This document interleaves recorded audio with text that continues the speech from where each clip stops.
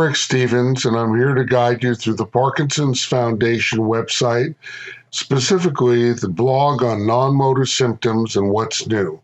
You'll find an extraordinary amount of valuable information here if you're either living with Parkinson's or you're caring for somebody who's a person with Parkinson's.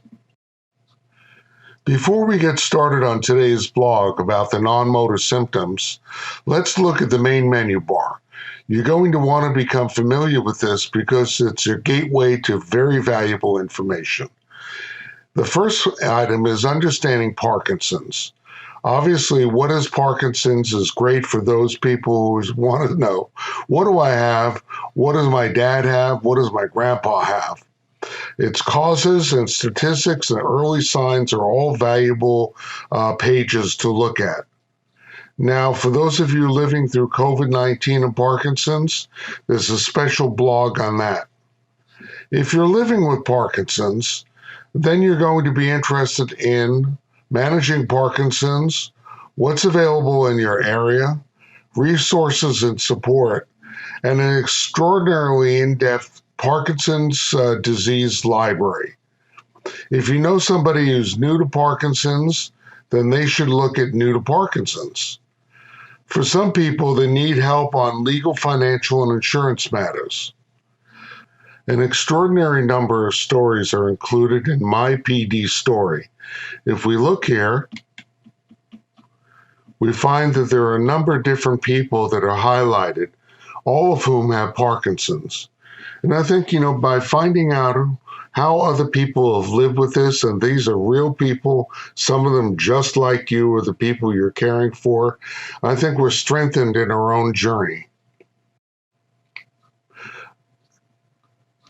The last two items you'll see in Living with Parkinson's under My PD Story are the blog entries and the for caregivers.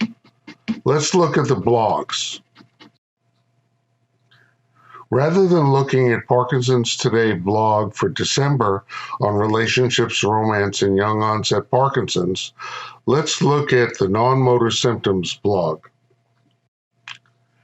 There are really quite a large number of blogs that are written by the Parkinson's Foundation. I chose the non-motor symptoms because it's one of the least understood areas of Parkinson's. People think of it as tremors, bradykinesia, and like symptoms. But in reality, there are many other parts of Parkinson's that are less understood. Let's explore what the Parkinson's Foundation has to say about non-motor symptoms in Parkinson's and what's new in this Part 1 blog. Whenever you get a number of people together who have Parkinson's, the conversation will inevitably turn to what were your earliest symptoms that you had that you recognize now but did not recognize then. Those things are things like sense of smell and the loss of sense of smell, toes freezing up, erectile dysfunction, sleep disorders, certain kinds of depression. There are early signs of Parkinson's. Let's take a look at what they are.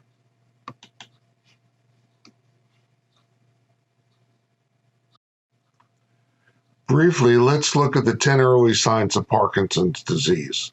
They're tremor, small handwriting, loss of smell, trouble sleeping, trouble moving or walking, constipation, a soft or low voice, masked face, which means people can't tell what you're really feeling by looking at your face.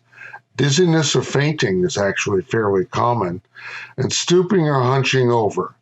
These are symptoms in the early days of Parkinson's and may get worse as people get older and the disease progresses. Here we are back on the main blog page on non-motor symptoms. What's New Part 1.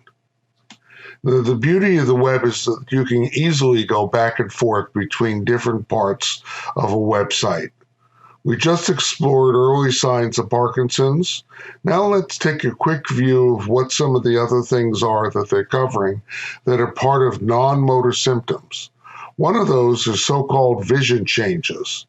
And I want you to notice here, it says about 14% of people with PD experience vision changes, including tired eyes, blurred vision, intermittent double visions, a difficulty reading and seeing in dim light.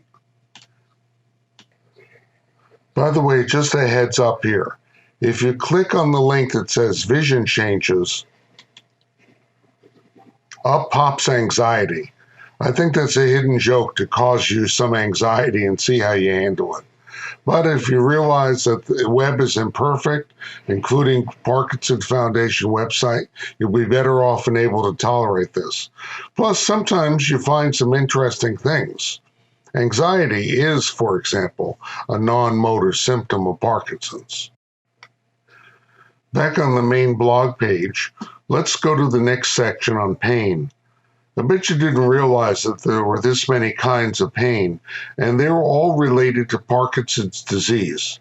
There are 5 categories of them: musculoskeletal, neuropathic and radicular, dystonic, otherwise known as dystonia, akathisia, and central pain. Now, rather than go into them, you might want to look at the stages of Parkinson's and get some further insight. If we click on it, here we see there's a video and a various description of the various stages of Parkinson's.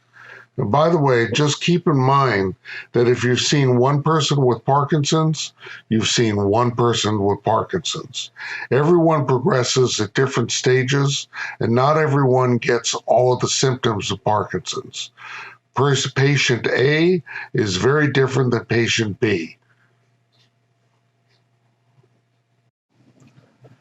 Back on the main blog page, let's skip down to autonomic dysfunctions. I found that this is one of the areas that's probably the least understood by general population.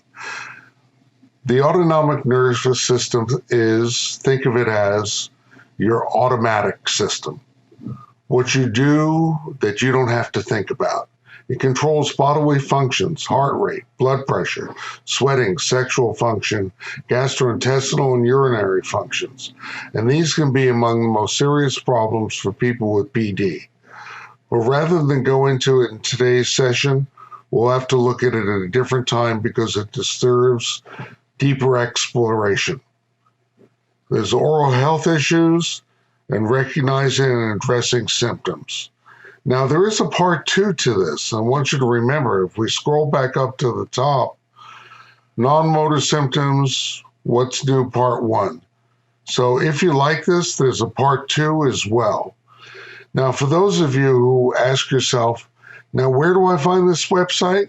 Well, the address is going to be down in the YouTube description. Click on it and it will take you to the website.